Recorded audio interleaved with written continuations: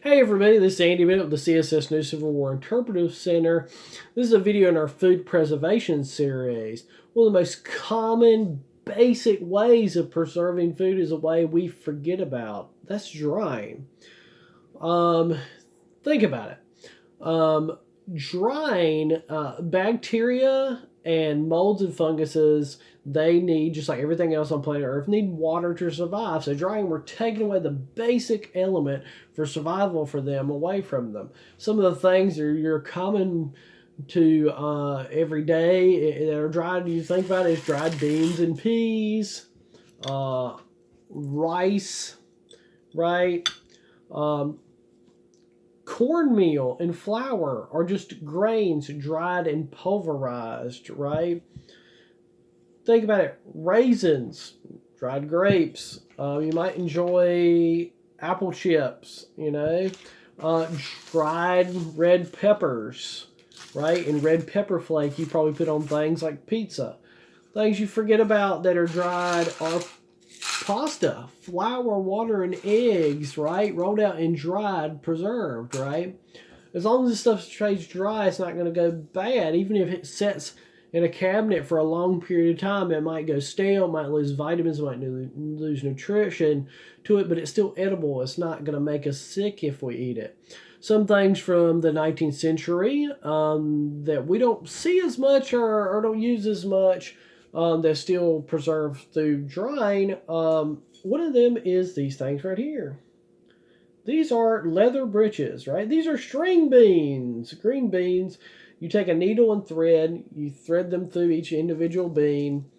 They need to be hung up in not direct sunlight, but dappled shade with the wind, a good porch to let the air go through them and dry them out, right? You gotta keep the bugs off of them to dry those out, right? During the 19th century, the drying methods were typically, they would have to take a piece of fabric, right?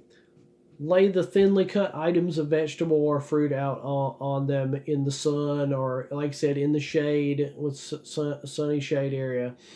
And keep little kids, keep the flies off of them. If it was too moist outside, too much humidity, as most of the time in the South in the summertime, springtime, when these things are coming off, you sometimes have to take them inside, prop them up near the hearth and keep an eye on them, keep them dried, right?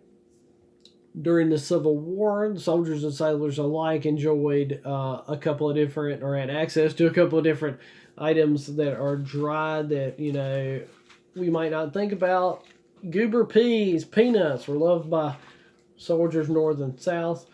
One of the other things they had was hardtack, or ship's biscuit, as sailors knew it. This is just flour, water, a little salt, baked rock hard. They called them tooth duller sheet iron crackers, right? If you wanted to make some hardtack at home, 4 cups of flour, 1 cup of water. You mix that up in a dough. You're going to roll it out to a quarter to a half-inch consistency.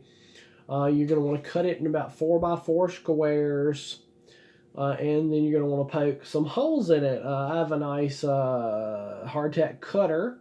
The holes are let the steam escape out of it. I said 325 for about 30 to 35 minutes. You want to make sure it's nice and hard. Now, when they first come out, they're going to be a little soft and crispy. You can try to enjoy them then, but the longer the air hits them, the longer, harder they get. There's actually a piece of ship's biscuit around from the Spanish Armada when Queen Elizabeth I sat on the throne of England. So as long as it stays dry, that's not going to go bad either. If you decide to make some of this hardtack, look for my series of videos, Civil War Cooking, and there's some recipes we're going to be doing on that shows you how soldiers would have used this hardtack to make different recipes.